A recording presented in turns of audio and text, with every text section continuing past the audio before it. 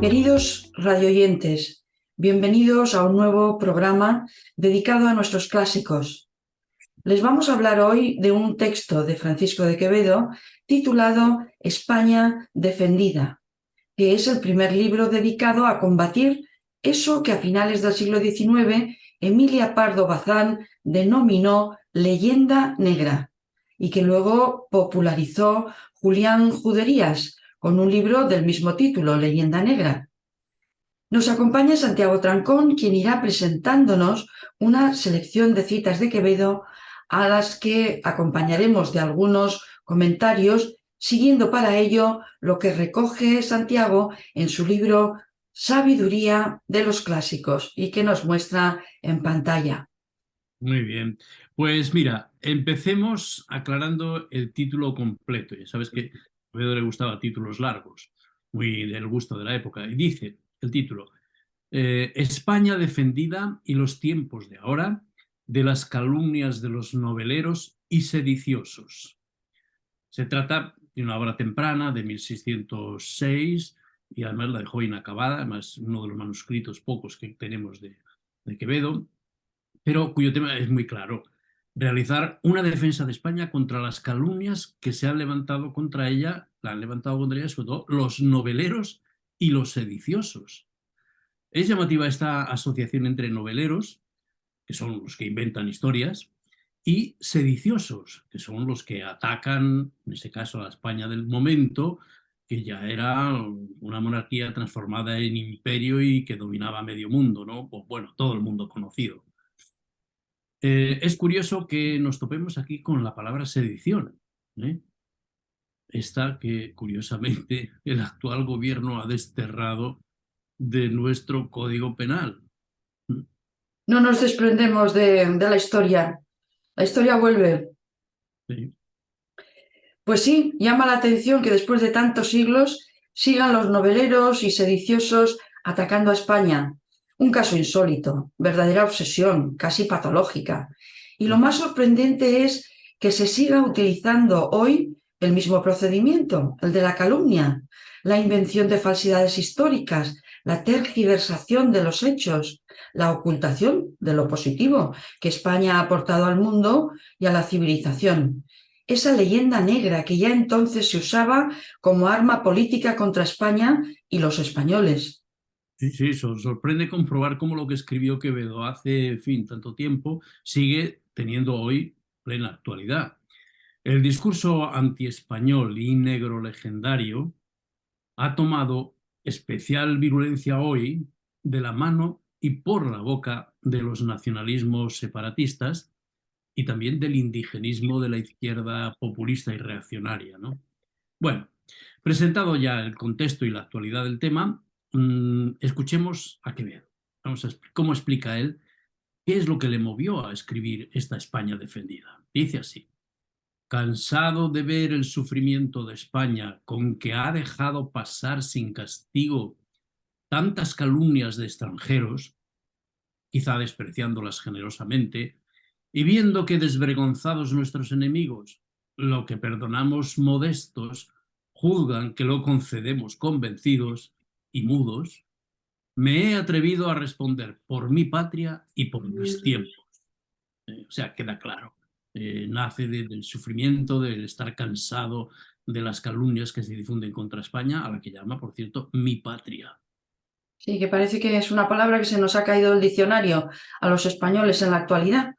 En ¿Mm? fin, como vemos, el nombre de España y de patria no son invenciones del siglo XIX o de la Constitución de Cádiz, como pretenden los planes de estudios del nuevo bachillerato, sino algo que se remonta al menos al siglo XIII, como demuestran los estudios más recientes. La idea de España como un todo y la conciencia de pertenecer a esa patria común no es algo que se pueda inventar ni imponer, sino el resultado de un proceso histórico largo. Esto se opone a la idea romántica de nación como una esencia metafísica, es decir, se opone a la idea de un pueblo, la raza, la cultura como una entidad que tuviera voluntad propia y actuara al margen de la historia. El Quevedo lo tiene muy claro, y esto para los que no se han enterado todavía. España no es para él ni una invención ni una esencia pues suprahistórica. No, España es una realidad que nace y se consolida a partir de una serie de hechos históricos muy determinantes. Podríamos citar el primero, la conquista de los territorios ocupados por los musulmanes, que comienza desde el mismo momento en que llega la invasión, ¿no? Y que culmina con la toma de Granada. El segundo acontecimiento decisivo en esta construcción de España es el descubrimiento de América y el dominio de casi todo el continente en un periodo muy corto. Un hecho trascendental, inconcebible, ¿no? Enorme. Y el tercer hecho relevante es el rechazo del protestantismo y la defensa del catolicismo, ¿eh? Una misión que España asume como propia y a cuyo empeño, hemos de recordarlo bien, le debe hoy la Iglesia Católica su propia existencia y permanencia, algo que muchos parece que han olvidado, incluso entre los católicos, ¿no? Así es. Sorprende la claridad y la precocidad con que Quevedo detecta y describe esa leyenda negra anti-española, cuyo origen está en el extranjero, como hemos visto, pero que Quevedo también achaca a los españoles.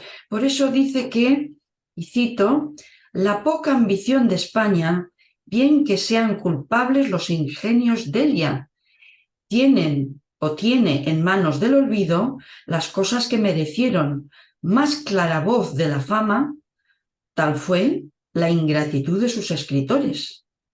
Y nos aclara a continuación.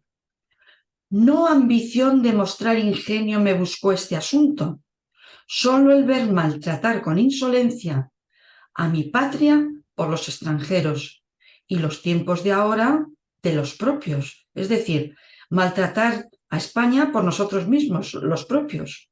Ahí está, detecta muy bien Quevedo que el problema no solo proviene de fuera, sino que de los propios españoles. Por eso dice, dos cosas tenemos que llorar los españoles. La una, lo que de nuestras cosas no se ha escrito.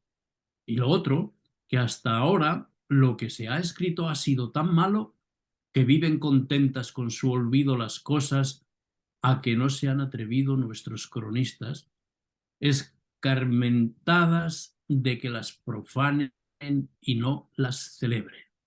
Denuncia Quevedo claramente que no solo la ignorancia y el desconocimiento, sino también lo mal que se conoce, lo poco que se conoce de nuestra historia. Y estos dos males siguen hoy muy presentes. Pues basta ver los planes de estudio, por no hablar la historia que se está enseñando en la mayoría de las comunidades autónomas, no solo en Cataluña. Pero quiero hacer una precisión. No se crea que durante el franquismo nos fue mucho mejor, ¿eh? Yo me doy cuenta ahora, ¿eh?, de las enormes lagunas y de lo mal que nos enseñaron la historia durante el franquismo. Esto contradice algunos tópicos, sí, se saltaron cuatro tópicos, pero nada más, ¿eh? Hoy, en cambio, en sentido puramente historiográfico, estamos mucho mejor, porque hoy existe una corriente de estudios y de divulgación que podemos decir de nuestro pasado mucho más rigurosa. Basta hablar o recordar a Elvira Rocabarea o a Marcelo Gullo, por citar solo dos nombres. Pero hay Pedro Insua también habría que hacerle un monumento. Luego hay, en fin, muchos estudios nuevos que están apareciendo en Hispanoamérica. Hay una corriente interesante, incluso pues, constituyendo plataformas como Unidad Hispanista, que por cierto dirige un amigo nuestro que es Ernesto Ladrón de Guevara, muy potente y muy interesante, reivindicando pues, ese pasado que nos lo han contado fatal, incluso ya digo, en esas épocas que supuestamente era una exaltación del imperio y de no sé qué, esas puntadas que se dicen del franquismo, pues no, aquello no era riguroso y no estaba basado en la objetividad de los hechos, que es lo que nos interesa. Hoy, poco a poco, nos vamos ya enterando algo de la grandeza y de lo que hubo y de lo que ocurrió, y ya podemos ir tirando a la basura todo el pozo que la leyenda negra ha dejado incluso en muchos de nuestros escritores, y ahí incluyo a mis admirados autores de la generación del 98.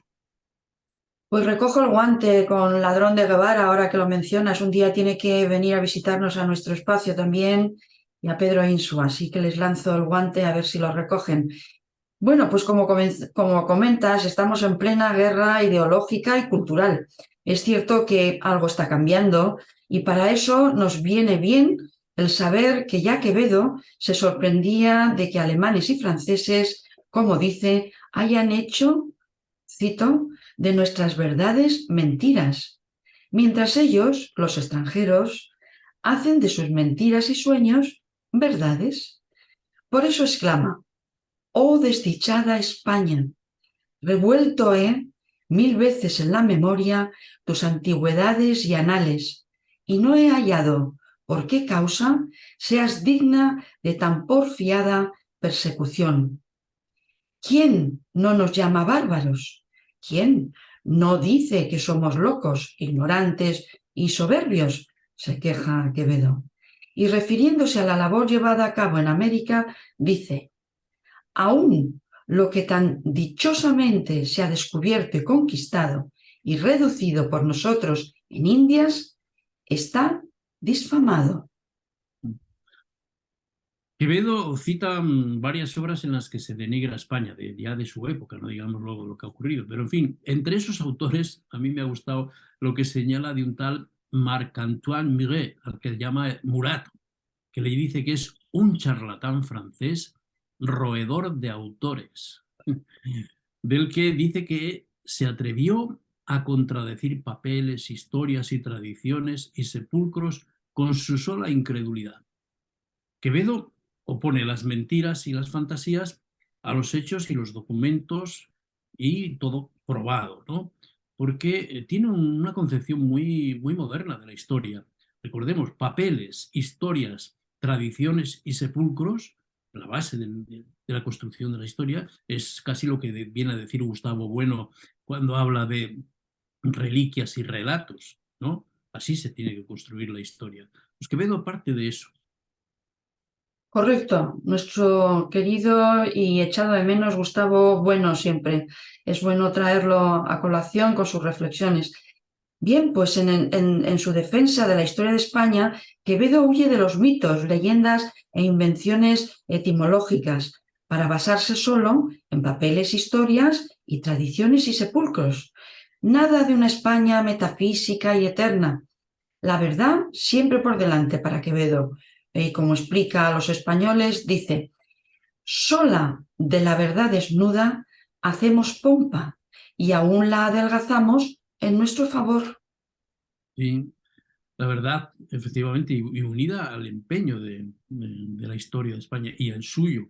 Por eso dice también, es muy consciente de que al hacer esto, defender a España y su historia, que va a encontrar enemigos, que es otra de las caras de la leyenda negra, que quien ataca en fin, cualquiera que se busque revelar las mentiras de toda esa leyenda, pues es atacado y denigrado. Y bueno, pues él ya era consciente de eso. Y dice algo que a mí me gusta mucho. Dice: «Bien sé a cuántos contradigo y reconozco los que se han de armar contra mí. Mas no fuera yo español si no buscara peligros, despreciándolos antes para vencerlos después». A mí esta frase me parece que resume mucho gran parte de la historia y de el heroísmo individual y colectivo de los españoles, que hay que eso de buscar peligros, buscar retos, buscar dificultades, para primero hay que despreciarlas, no tenerlas miedo, para vencerlas después, ¿no? Dice: y lo mismo haré yo con estas memorias que bueno, considera la España defendida. Con estas memorias, dice que serán las primeras que, desnudas de amor o miedo, se habrán visto. También me gusta lo de desnudas de amor y miedo. Es decir, no están cegadas por la pasión y el amor, ni tampoco por el miedo. Me gusta mucho. La verdad es que es un acierto elegir esos dos contrastes, esos dos conceptos para contrastar y poner en valor la descripción de nuestros perfiles culturales, ¿no? Como nación, como pueblo. Bien, pues no se deja Quevedo llevar por el Laus Hispaniae, la alabanza de España, el género panegírico tan frecuente en la historiografía de la época, sobre todo en Francia e Italia. Distingue bien Quevedo entre historia y fábula. Critica a esos falsos historiadores con una frase que es todo un aforismo. Y referido a esos falsos historiadores comenta: «Dicen que averiguan lo que inventan, Rechaza, pues, cualquier origen mítico de España, en contra de cierta tradición que afirmaba, por ejemplo, que el primer rey español fue Tubal, o Túbal, un nieto de Noé. Sí, era una tradición, pero que Quevedo, riguroso, se burla de todos estos falsos historiadores, ¿no? Como cita explícitamente a Año de Viterbo, que este construyó gran parte de la historia echando mano de las etimologías, unas etimologías fantásticas, es decir, de los topónimos deducía hechos históricos, ¿no? Como por ejemplo atribuir el nombre al nombre de algunas localidades que por allí pasó Noé, ¿eh? Por ejemplo, el nombre de Noela o Noya, hoy en la ría de Noya, en Galicia, pues eso, junto a otro nombre también de Asturias que se llama Noega, pues algún historiador como el Año de Viterbo dice, eso es la prueba de que por ahí estuvo Noé. Bueno, pues él se burla y dice Quevedo, con estos disparates dan licencia a las conjeturas para afirmar que Noé vino después a España, porque hay un lugar que se llama Noela en Galicia y otro que se llama Noega en Asturias. Bien, Quevedo insiste en que no es necesario acudir a mitos, ni leyendas o conjeturas fantásticas para defender a España, que basta con dar a conocer los hechos, su verdadera historia, para combatir a todos los noveleros y sediciosos. En esto estamos hoy todavía muy atrasados. Desconocemos multitud de hechos cuyo conocimiento asombra a cualquiera por el valor, la osadía, el empeño y la voluntad de triunfar y vencer a las dificultades, algo que les daría materia a los americanos para sostener a la industria de Hollywood durante un siglo por lo menos. Sí, así es. Basta con relatar los hechos para contrastar y contradecir esa idea del atraso de España, por ejemplo. Incluso el tópico de su decadencia, ¿no? Mucho más, pues, esa idea de colonialismo, de opresión, de genocidio y demás barbaridades que hasta hoy se siguen propagando contra la enorme labor civilizadora de España, ¿no? Quevedo ya lo denunció así, dice, como las naciones de las cuales por la virtud y el valor es España aborrecida, haciéndolas no con poca gloria suyas envidiosas, viendo que no pueden negar a los españoles el esfuerzo, la osadía en los peligros, la constancia en los trabajos y al fin el primer lugar en las armas, acógense a negarnos las letras y a poner defecto en la lengua. O sea que Quevedo nos dice que, puesto que es imposible negar nuestras hazañas guerreras, el valor y la constancia, los extranjeros se dedicaron para atacarnos a acusarnos de ignorantes, del poco desarrollo de las artes y las ciencias, e incluso se metieron con nuestra lengua. A ver, explícamelo esto de la lengua, ¿por cómo se metieron con la lengua? Interesante esto, sí, dice, mm, eh, parece casi algo increíble, dice Quevedo, esto hoy es muy interesante resaltarlo, llama al castellano lengua española y dice por ser común en toda España, la lengua propia de España. ¿Eh? Esto que debía haber quedado mucho más claro en la Constitución, Quevedo ya lo había definido perfectamente, ¿no? Para que no quede ninguna duda. Bueno, y nos descubre algo que hoy puede parecernos hasta ridículo, que los extranjeros, como bien has dicho, no encontraban otros motivos, y entonces, como es el caso de Erasmo de Rotterdam, pues no encontraron mejor manera de atacar a España que metiéndose hasta con nuestra lengua, no ya con que no teníamos desarrollo de letras, ni de ciencias, ni de nada. Decían de la lengua, por ejemplo, que el español, y esto lo decía Erasmo, el español tiene demasiadas eses, que esta abundancia, la abundancia del fonema S, dice, le asemeja nuestra lengua al silbido de las serpientes. ¿Eh? Bueno, Quevedo basta recurrir al latín y recordar la elegancia y la musicalidad del latín de todos sus textos, donde el fonema S está plenamente frecuente, como en español igual, ¿no? Pero va más allá Quevedo y echa mano del sarcasmo, según comentas en el libro, ¿verdad? Lo Sí. cuentas en un pasaje que me ha entretenido mucho. Nos da una especie de lección sobre fonética.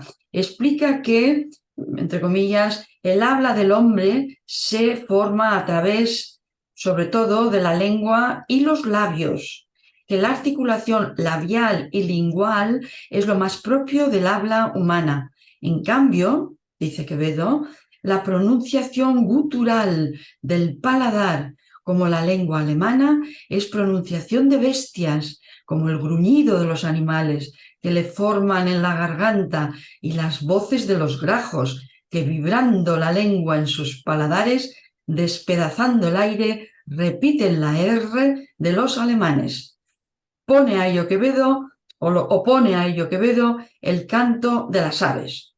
Las aves regaladas y blandas con el silbo cantan la pronunciación de la S, articulan como el ruiseñor.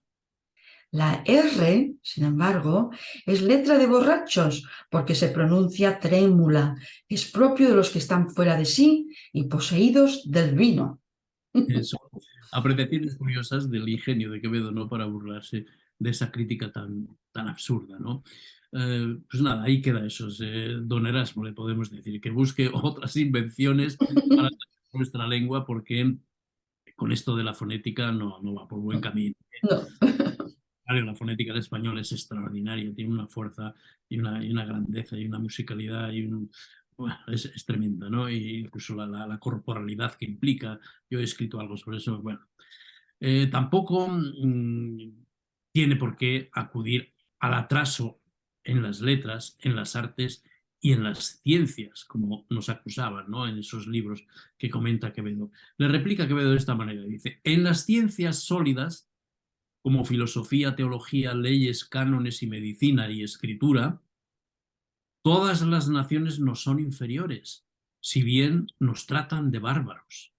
Dice: ¿en qué materia del mundo no hay en España sola tantos libros como en todas las naciones en sola su lengua, en la cual están traducidos todos los griegos y hebreos y latinos y franceses y italianos, como es de ver al que ha visto librerías en España?